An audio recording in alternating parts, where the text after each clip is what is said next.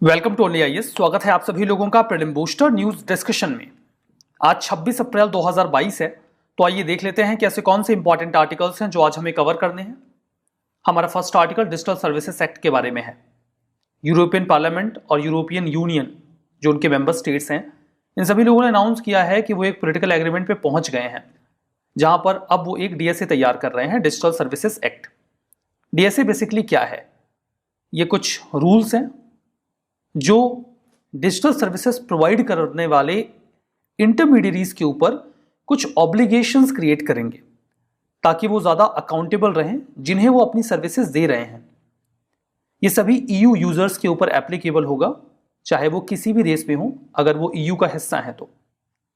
ये जो पूरा एक्ट है, ये ईयू का जो डिजिटल मार्केट एक्ट है उसके साथ जुड़कर कार्य करेगा। ये जो एक्ट है ये सभी बड़ी कैटेगरी की ऑनलाइन सर्विसेज पर एप्लीकेबल होगा, जिसमें सिंपल वेबसाइट से लेकर इंटरनेट इंफ्रास्ट्रक्चर सर्विसेज और ऑनलाइन प्लेटफॉर्म्स भी शामिल होंगे। मतलब सिंपल वेबसाइट से लेकर जो कॉम्प्लेक्स डिजिटल सर्विसेज हैं वो भी इसका हिस्सा बन जाएंगी। कोई भी ऐसी सर्विस जिसमें 45 मिलियन मंथली एक्टिव यूजर्स शामिल हैं और वो ईयू के एम्बिट में पड़ता है, उसे इस डिजिटल सर्विसेज एक्ट का पालन करना होगा। क्या है बेसिक प्रोविजन? पहला तो इलीगल कंटेंट के रिमूवल को लेकर प्रावधान है। अगर कोई भी ऐसा ऑनलाइन प्लेटफॉर्म है या फिर कोई भी डिजिटल सर्विस प्रोवाइड करने वाले इंटरमीडियरीज हैं, वहां पर कोई इलीगल कंटेंट है जो लोगों के हितों में नहीं है, तो उसका तेजी से रिमूवल होना चाहिए। जैसे ही पता चले कि वो कंटेंट इलीगल है या हार्मफुल है, आप उसे हटाइए, इंस्टेंटली हटाइए। कई सारे रिसर्चर्स को डेटा चाहिए होता है, वो इंडिपेंडेंट रिसर्चर्स होते हैं, तो इन सभी प्लेटफॉर्म्स पर ये डेटा पब्लिक फॉर्म में अवेलेबल हो ताकि वो उसका इस्तेमाल करके फर्दर रिसर्च कर सकें। डार्क पैटर्न या मिसलीडिंग इंटरफेसेस, कई बार कुछ ऐसी वेबसाइट्स एंड इंटरफेस होते हैं जो व्यक्ति को कुछ ओरिजिनल वेबसाइट या इंटरफेस जैसे दिखते हैं। जब व्यक्ति उन्हें एक्सेस करता है तो उसका डेटा चोरी हो जाता है और उसमें कुछ ऐसे प्रावधान होते हैं जिनसे वो एग्री करना तो नहीं चाहता, बट हिडन फॉर्म में वो उससे उसका जो कंसेंसस है वो ले लेते हैं और फिर उसका डेटा चुरा लेते हैं। इस प्रकार के सभी इंटरफेस को ये डिजिटल सर्विस प्रोवाइडर हटाएं, ये उनकी जिम्मेदारी होगी। इसमें क्राइसिस मैकेनिज्म क्लॉज है जिसे रशिया यूक्रेन कॉन्फ्लिक्ट को संज्ञान में लेकर तैयार किया गया है।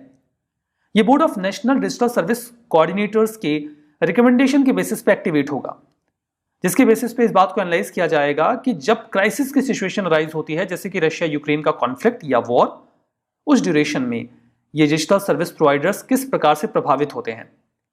यहां पे माइनर्स को भी प्रोटेक्ट करने के प्रावधान किए गए हैं। टारगेटेड एडवर्टाइजिंग को बैन किया गया है। जो माइनर्स होते हैं उनको ज्यादा पता होता नहीं है, तो पर्सनल डेटा की एक्सेस कई सारी वेबसाइट्स उनसे ले लेती हैं और फिर उन्हें टारगेट किया जाता है, मिसलीडिंग एडवर्टीजमेंट्स दिखाए जाते हैं। इस प्रकार की चीजों को रोका जाएगा। फर्दर बात है लायबिलिटी की।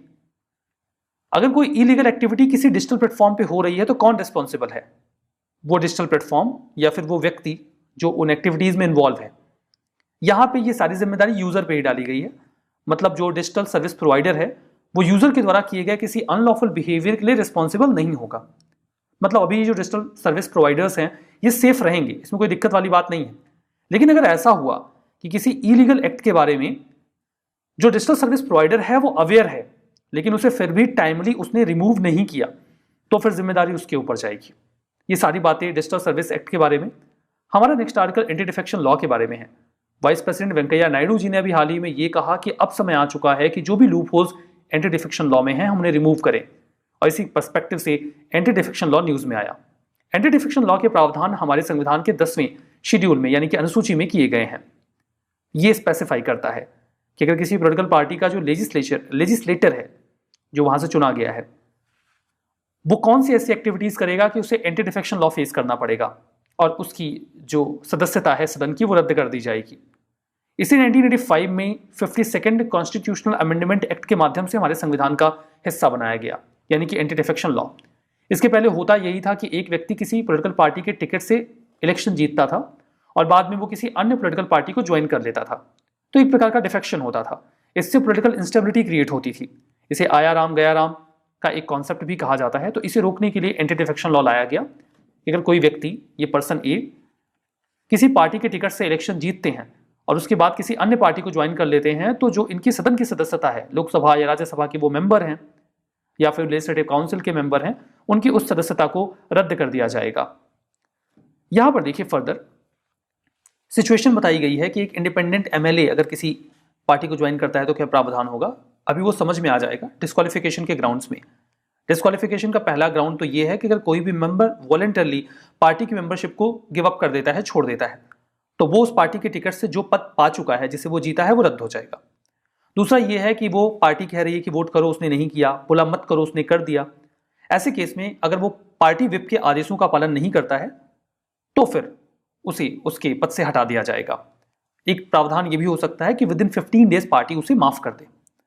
अगर कोई इंडिपेंडेंटली इलेक्टेड मेंबर किसी पॉलिटिकल पार्टी को ज्वाइन कर ले, आपको किसी पार्टी का टिकट नहीं मिला, आपने इंडिपेंडेंट मतलब खुद को कंटेस्ट किया और लोगों ने आपको वोट किया क्योंकि उन्हें ऐसा लगता था कि कोई पार्टी उनके लिए सही नहीं है, आप एक इंडिपेंडेंट कैंडिडेट के रूप में ज्यादा बेहतर है, और फिर जीतने के बाद आपने किसी पार्टी को ज्वाइन कर दिया, तो कायदे से तो आपने लोगों को धोखा दिया। सिमिलरली अगर ऐसा किया जाता है तो उस व्यक्ति की सदस्यता को रद्द कर दिया जाएगा। अगर कोई nominated member with in 6 month चाहे तो पार्टी ज्वाइन कर सकता है, लेकिन 6 महीनों के बाद अगर वो पार्टी ज्वाइन करते हैं तो उनकी सदस्यता भी समाप्त कर दी जाती है, जो भी उनका पद है। अब यहां पर देखिए कुछ एक्सेप्शंस हैं। अगर किसी पार्टी के 2/3 सदस्य किसी अन्य पार्टी में जुड़ना चाहते हैं, मतलब कि 100 मेंबर्स हैं और 66 लोग चाहते हैं कि वो किसी दूसरी पार्टी में मर्ज कर जाएं, तो कायदे से तो पूरी पार्टी ही चली गई ना, तो वहां पे एंटी डिफेक्शन लॉ एप्लीकेबल नहीं होता। दूसरा ये है कि प्रिसाइडिंग ऑफिसर, जैसे लोकसभा के स्पीकर हैं, वो किसी पार्टी के होंगे, स्पीकर के पद पे जाने के बाद वो चाहें तो अपनी पार्टी की मेंबरशिप छोड़ सकते हैं, उनका पद समाप्त नहीं होगा, और जो स्पीकर का पद है उसकी खत्म हो जाने के बाद वो वापस से अपनी पार्टी ज्वाइन कर सकते हैं। यहां पर डिस्क्वालिफिकेशन का मामला नहीं आएगा क्योंकि स्पीकर के पद को न्यूट्रल माना जाता है। इस मामले में कौन अथॉरिटी होती है? एंटी डिफेक्शन लॉ डिसाइड करने की अथॉरिटी लेजिस्लेचर के प्रिसाइडिंग ऑफिसर के पास होती है। कोई टाइम फ्रेम स्पेसिफाइड नहीं है कितने टाइम में उन्हें ये डिसाइड करना होगा। हालांकि सुप्रीम कोर्ट ने कहा था कि उन्हें ये सारा मामला 3 महीने के भीतर डिसाइड कर लेना चाहिए कि उन्हें डिस्क्वालीफाई करना है कि नहीं। 2014 में देखिए प्रश्न आया था, बहुत ही साधारण सा प्रश्न था कि एंटी डिफेक्शन के प्रावधान हमारे कॉन्स्टिट्यूशन के कौन से शेड्यूल में है, और सही जवाब था डी, 10th शेड्यूल। आगे बढ़ने से पहले जानकारी है यूपीएससी 2022 के कुछ इनिशिएटिव्स के बारे में। प्रीलिम्स का क्रैश कोर्स 2022 के लिए चल रहा है, फर्दर सीसैट एक्सपर्ट प्रोग्राम भी चल रहा है, और लास्ट माइल लीप ये प्रीलिम्स की टेस्ट सीरीज है। ये 2022 के प्रोग्राम से अगर आप इन्हें अवील करना चाहते हैं तो या तो video.onlyas.in पे जाके इन्हें एक्सेस कर सकते हैं, या फिर इस नंबर पे कॉल कर सकते हैं, या फिर यहां मेल कर सकते हैं। आगे बढ़ेंगे, हमारा नेक्स्ट आर्टिकल फाकलैंड आइलैंड के बारे में है। Falkland island basically Argentina claim करता है लेकिन है ब्रिटेन के पास, and that is the reason कि अर्जेंटीना और ब्रिटेन के बीच में इस मामले को लेकर अक्सर कॉन्फ्लिक्ट रहता है। फाकलैंड आइलैंड को लेकर जो अर्जेंटीना है वो इंडिया का समर्थन हासिल करने की कोशिश करता रहता है। रासिना डायलॉग चल रहे हैं, तो जो अर्जेंटीना के रिप्रेजेंटेटिव हैं वो भी इंडिया में हैं और यूके के प्राइम मिनिस्टर तो रहे ही। फर्दर उन्होंने, जो अर्जेंटीना के रिप्रेजेंटेटिव हैं, उन्होंने कमीशन फॉर डायलॉग स्टैब्लिश करने की बात की, जहां पर फाकलैंड और इंडिया के रिप्रेजेंटेटिव्स होंगे या पार्लियामेंट के मेंबर्स होंगे लोकसभा के, और इस मुद्दे पे बातचीत की जाएगी कि यूनाइटेड किंगडम को फाकलैंड आइलैंड क्यों अर्जेंटीना को दे देना चाहिए, या उनका जो क्लेम है वो क्यों वैलिड है। हालांकि इंडिया के जो मेंबर ऑफ पार्लियामेंट थे उन्होंने इस कमीशन से दूरी बनाई, क्योंकि ऐसा करके हम यूनाइटेड किंगडम का कॉन्फ्लिक्ट नहीं लेना चाहेंगे, बिल्कुल नहीं लेना चाहेंगे। ये दो देशों के बीच का विवाद है, आखिर इंडिया इसमें क्यों जाएगा। फाकलैंड आइलैंड जो है एक ओवरसीज टेरिटरी है यूनाइटेड किंगडम की, कुल मिला के ये यूनाइटेड किंगडम के पास है, ये तो श्योर हो गया। ये अटलांटिक ओशन में साउथ वेस्ट में है। देखिए ये है साउथ अमेरिका, यहाँ पे है अर्जेंटीना, और यहाँ पर फाकलैंड आइलैंड है। इसके दो हिस्से हैं, एक है वेस्ट फाकलैंड और दूसरा है ईस्ट फाकलैंड। जो कैपिटल है दैट इज स्टैनली, ये ईस्ट फाकलैंड का हिस्सा है। तो यहाँ पर देखिए अर्जेंटीना है और यहाँ पर फाकलैंड आइलैंड है, और ये बहुत दूर से यूके कंट्रोल करता है, ब्रिटेन कंट्रोल करता है, ठीक है। तो जो फाकलैंड आइलैंड है ये सदर्न और वेस्टर्न हेमिस्फीयर में अर्थ के पड़ता है। इसे फाकलैंड आइलैंड ब्रिटेन कहता है। इसे अर्जेंटीना के द्वारा मालविनास आइलैंड के नाम से पुकारा जाता है। कैपिटल वही स्टैनले है, और छोटे छोटे आइलैंड्स भी हैं जहां पे लोग रहते हैं। एयरफोर्स, रॉयल एयरफोर्स बेस भी है ब्रिटेन का यहाँ पे माउंट प्लीजेंट पे। बाकी दो हिस्से तो मैं आपको बता चुका हूं। हमारा next article desert national park के बारे में है। एक ग्रीन एग्रीकल्चर प्रोजेक्ट को FAO ग्लोबल एनवायरमेंट फैसिलिटी के द्वारा तैयार किया गया है डेजर्ट नेशनल पार्क के लिए। इससे वहां की क्रिटिकल बायोडाइवर्सिटी और फॉरेस्ट लैंडस्केप को फायदा होगा उसके कंजर्वेशन में। बात करते हैं इस नेशनल पार्क के बारे में। ये सिचुएटेड है राजस्थान के जैसलमेर और बरमार रीजन में। ये थार डेजर्ट इकोसिस्टम का पार्ट है। राजस्थान का स्टेट बर्ड यानी कि great Indian bustard, state animal chinkara, state tree यानी कि खेजरी और स्टेट फ्लावर यानी कि रोहिडा आपको इस नेशनल पार्क में मिल जाएंगे। यहाँ पे आपको स्पिनी टेल लिजार्ड, करैत, सैंडफिश प्रोमिनेंटली वाइल्ड लाइफ फैमिली के मिल जाएंगे। कई सारे माइग्रेटरी रैप्टर्स मिलेंगे जैसे कि Himalayan and Eurasian Griffin vultures, eastern imperial eagle और सेकर फाल्कन। हमें बहुत पुरानी एनिमल्स और प्लांट्स के फॉसिल्स भी यहाँ पे मिल जाते हैं डेजर्ट नेशनल पार्क में, जो 180 मिलियन साल पुराने तक हैं। 1980 में इसे यूनेस्को वर्ल्ड हेरिटेज साइट में जगह मिली और 1992 में इसे नेशनल पार्क का दर्जा दिया गया। अगला article United Nations development programme यानी कि यूएनडीपी के बारे में है। इन्होंने अभी हाल ही में एक ज्वाइंट स्टेटमेंट तैयार किया है जहां पर वो कोशिश कर रहे हैं कि जो सस्टेनेबल डेवलपमेंट गोल्स हैं उन्हें लोकलाइज किया जाए, लोकल लेवल तक इन्हें पूरा करने की कोशिश की जाए। बात करेंगे यूएनडीपी के बारे में। यह हेडक्वार्टर्ड है न्यूयॉर्क सिटी में। 1965 में इसे बनाया गया था ताकि हम दुनिया में इन्वायरमेंट को प्रोटेक्ट कर सकें। यहाँ पे होते हैं एक्सपर्ट्स जो एडवाइस करते हैं, ट्रेन करते हैं और सपोर्ट देते हैं डेवलपिंग कंट्रीज़ को, इवन जो लीस्ट डेवलप कंट्रीज़ हैं वहाँ पर भी, ताकि इन्वायरमेंट को प्रोटेक्ट करने के साथ साथ हम सस्टेनेबल डेवलपमेंट की ओर आगे बढ़ सकें। टेक्निकल और इन्वेस्टमेंट कोऑपरेशन भी इनके द्वारा किया जाता है। ये पूरी बॉडी वॉलंटरी कंट्रीब्यूशन पर रन करती है जो देश इन्हें कंट्रीब्यूट करते हैं, मेंबर नेशंस। यूएनडीपी को यूनाइटेड नेशंस जनरल असेंबली के एग्जीक्यूटिव बोर्ड के रूप में भी कंसीडर किया जाता है। ये ह्यूमन डेवलपमेंट रिपोर्ट भी रिलीज करते हैं। हमारा नेक्स्ट आर्टिकल कंज्यूमर एक्सपेंडिचर सर्वे के बारे में है। अभी ये होने वाला है। हर 5 साल में ये सर्वे कंडक्ट किया जाता है। नेशनल स्टैटिस्टिकल ऑफिस की जिम्मेदारी है हर 5 साल में, यानी कि क्विनक्विनियल 5 साल पर यह सर्वे कंडक्ट होगा। पता किया जाता है कि हाउस होल्ड्स कैसे अपने पैसे खर्च कर रहे हैं, अर्बन लेवल पे और रूरल लेवल पे। उनका पैसा पहले कब किस तरीके से खर्च होता था, अब कैसे खर्च हो रहा है। देखिए, खर्च करने के पैटर्न में लगातार चेंजेस होते हैं। जैसे आज आप अपने पैसे का एक बड़ा हिस्सा मोबाइल फोन्स पे या फिर उसके रिचार्ज पे खर्च करते हैं। ओटीटी प्लेटफॉर्म्स पर सब्सक्रिप्शन लेने के लिए खर्च कर सकते हैं। पहले ये खर्चे डिफरेंट हुआ करते थे, पहले ये पैसे कहीं और खर्च होते थे। पहले लोग बेसिकली जो हिंदी मीडियम स्कूल्स थे उनमें ज़्यादा पैसे खर्च करते थे। अब पैटर्न चेंज हो रहा है, वो अपने बच्चों को इंग्लिश मीडियम स्कूल्स में भेज रहे हैं, तो एक्सपेंडिचर पैटर्न बदल रहा है ना। इन सभी पैटर्न्स को इवेलुएट किया जाता है इस प्रकार के सर्वे में। डेटा जो गैदर किया जाता है उसके माध्यम से हम एवरेज एक्सपेंडिचर फूड और नॉन फूड सर्विसेज पे कैसे हो रहा है खर्च, उसको हम इवेलुएट करते हैं और एक जनरल एस्टिमेट तैयार करते हैं हाउस होल्ड्स के monthly per capita consumer expenditure यानी कि MPCE का। ये फायदेमंद होता है इस तरीके से कि इससे हम पॉवर्टी का लेवल इवेलुएट कर पाते हैं और हमें इकोनॉमिक इंडिकेटर्स के बारे में अच्छी जानकारी मिलती है कि आखिर लोग किस प्रकार से अपना जीवन जी रहे हैं। NSO की बात करते हैं। गवर्नमेंट ने इसे 2 बॉडीज को मर्ज करके तैयार किया था, national sample survey office NSSO और CSO central statistical office. NSO उसके बाद बना।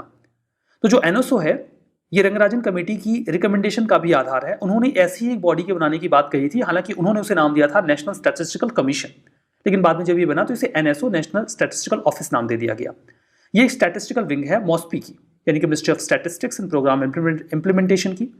बेसिकली इस प्रकार की बॉडीज बहुत ज़रूरी होती हैं क्योंकि ये देती हैं डेटा, उसी के बेसिस पे पॉलिसीज एंड प्रोग्राम तैयार किए जाते हैं। ये जो बॉडी है ये इंडेक्स ऑफ इंडस्ट्रियल प्रोडक्शन को भी तैयार और रिलीज करती है और ये एनुअल सर्वे ऑफ इंडस्ट्रीज यानी कि ASI को भी तैयार करते हैं। लता दीनानाथ मंगेशकर अवार्ड। दीनानाथ मंगेशकर जी लता मंगेशकर जी के पिता रहे, उन्हीं के नाम पर ये पूरा जो अवार्ड है वो नेम किया गया है। बेसिकली दीनानाथ मंगेशकर जी का एक ट्रस्ट है, वही इस अवार्ड को इंस्टीट्यूट कर रहा है। पहले जो रेसिपिएंट हैं इसके वो हमारे honourable prime minister Narendra Modi ji बने हैं।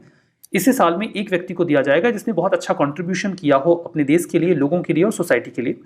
तो नरेंद्र मोदी जी को इस बार इस अवार्ड के लिए चुना गया है। ये जो लीजेंडरी सिंगर रही लता मंगेशकर जी, उन्हीं की याद में इंस्टीट्यूट किया गया, जिन्होंने 2022 में 19 वर्ष की आयु में अपनी अंतिम सांस ली। लता मंगेशकर जी ने, जिन्हें नाइटिंगेल ऑफ इंडिया के नाम से भी पुकारा जाता था, उन्होंने 5000 से ज़्यादा गाने गाए हैं, जिनमें 1000 से ज़्यादा गाने तो हिंदी लैंग्वेज में हैं और 36 रीजनल फिल्म्स में भी उन्होंने गाने गाए हैं। उन्हें मिले हैं कई सारे अवार्ड्स, जैसे कि Dadasaheb Phalke award, Bharat Ratna, daughter of nation award, 3 national film award, 15 Bengal film journalist association award, 4 Filmfare best female playback awards और बहुत सारे अवार्ड्स के नाम तो आप गिन ही नहीं पाओगे, इतने अवार्ड्स लता मंगेशकर जी को दिए गए हैं। हमारा नेक्स्ट आर्टिकल इंडिया के पहले कार्बन न्यूट्रल पंचायत के बारे में है। जम्मू कश्मीर में संबा डिस्ट्रिक्ट में एक गाँव है पल्ली विलेज, वो बन चुका है पहला भारत का कार्बन न्यूट्रल विलेज। जहाँ पे देखिए कार्बन न्यूट्रल होने का मतलब ये कतई नहीं होता कि कार्बन का एमिशन नहीं होगा, कार्बन का एमिशन तो होगा, लेकिन हम उसे कॉम्पनसेट करने के लिए उतना कार्बन या तो सिक्वेस्ट्रेट कर लेंगे या फिर ग्रीन एनर्जी का इस्तेमाल कर लेंगे।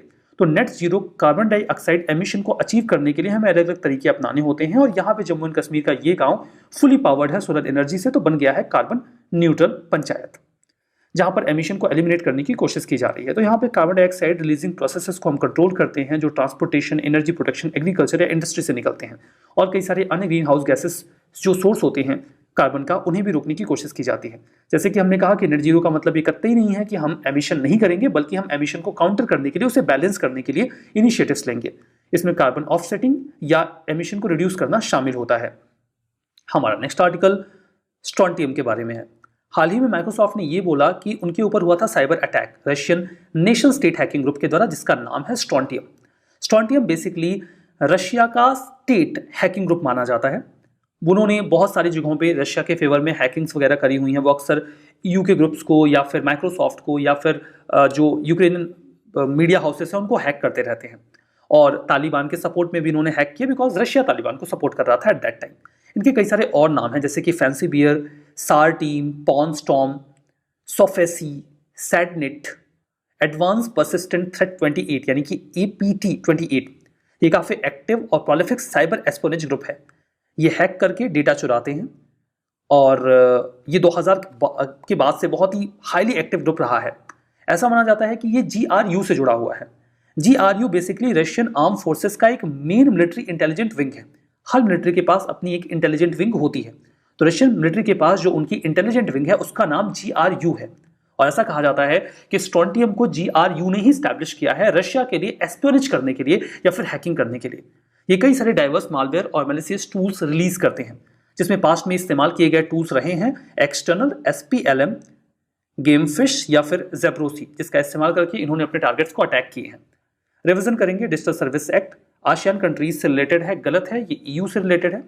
फर्दर एंटी डिफेक्शन लॉ, ये डिस्क्वालिफिकेशन MPs एंड MLAs का जो होता है इलेक्शन कमीशन डिसाइड करता है, गलत है, प्रिसाइडिंग ऑफिसर की जिम्मेदारी है। UNDP हेडक्वार्टर न्यूयॉर्क सिटी में 1965 में बना, ये तो है सही। फाकलैंड आइलैंड, ये है सदर्न मोस्ट पॉइंट जो साउथ अमेरिका है, कि वहां पे, ये भी सही है। और पांचवा है all India house hold consumer expenditure सर्वे, NSO करता है हर साल, गलत है, ये हर 5 साल पे होता है। तो ये सेशन यहाँ पे समाप्त होता है। PDF मिल जाएगा ओनली IAS के टेलीग्राम चैनल पे। इस QR कोड को स्कैन करके भी आप वहाँ पहुँच सकते हैं। तो फिर जाइए, जो भी PDF है उसे डाउनलोड करके रिविजन करना मत भूलिएगा। That's all for now, thank you very much.